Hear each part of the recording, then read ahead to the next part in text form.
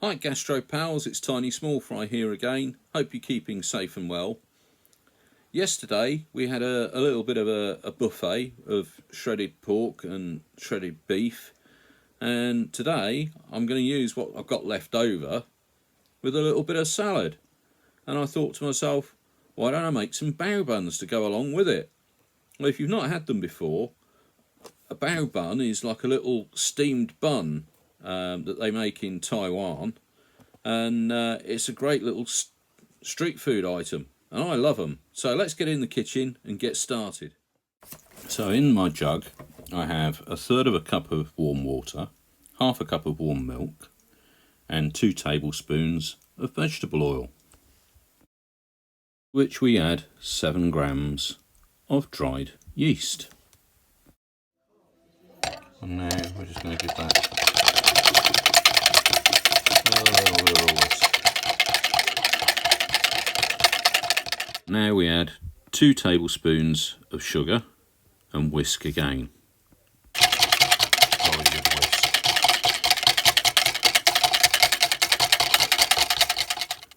So setting the yeast mixture aside, we now put into our bowl 2½ cups of plain flour, 1/2 teaspoon of baking powder, 1/4 teaspoon of salt, and 2 tablespoons of sugar.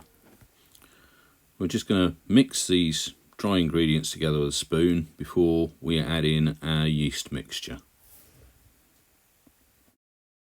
You can see our little yeast colony started doing its stuff. Now we're going to put that into the well we've created in the flour.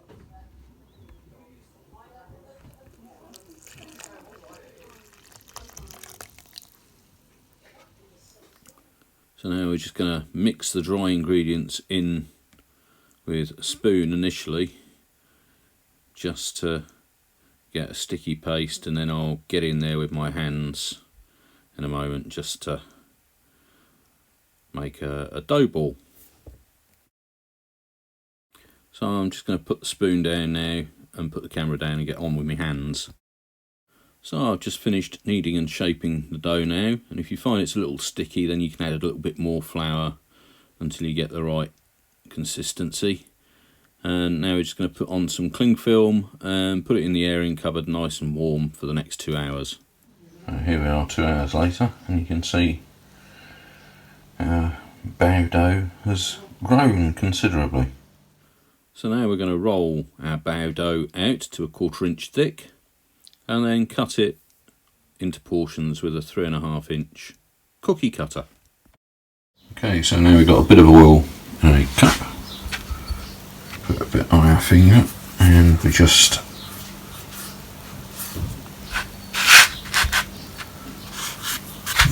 put a bit of oil on each one of these, just a little bit, and then fold it over. And we just do that until we've done all of the bao circles. So we've put all our baos now on a greaseproof paper tray, waiting to be loaded into our steamer. Here you can see I've built a little cradle of spoons to sit my steamer basket on, so it keeps it out of the water. And we just need to make sure that we keep the water topped up as we steam our bao buns. And as explained to me by a Cantonese chef that I used to work for many years ago, we oil the paper to stop the bao from sticking. Nobody really does that, but that's what he told me to do, and it seems to work for me. Alright, so the water's in the bottom, and now we're just going to lay the baos in there, and these will expand a little bit, so you kind of need to give them a little bit of a space. So generally I find you can get about 4 in at once. And we put the second layer in, and another 4, and go in the top. like only 3 I can get in here because I've made a couple of them a little bit bigger. Right, now we put the lid on, and now we need to steam for 8 to 12 minutes. So 10 minutes has passed, and I'll lift the lid off and you can see our bows are ready. And what we do is we put them on a plate in the middle of the table along with the shredded meat and salad, and let people help themselves and have a right royal time. This bao is shredded pork with honey glazed peach and radish in a sticky plum sauce. It's absolutely delicious.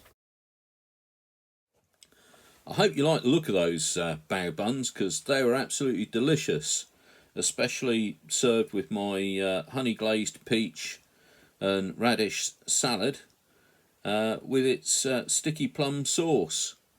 And sticky plum sauce is just what I bought from a local supermarket and drizzled over my salad, and it's absolutely delicious.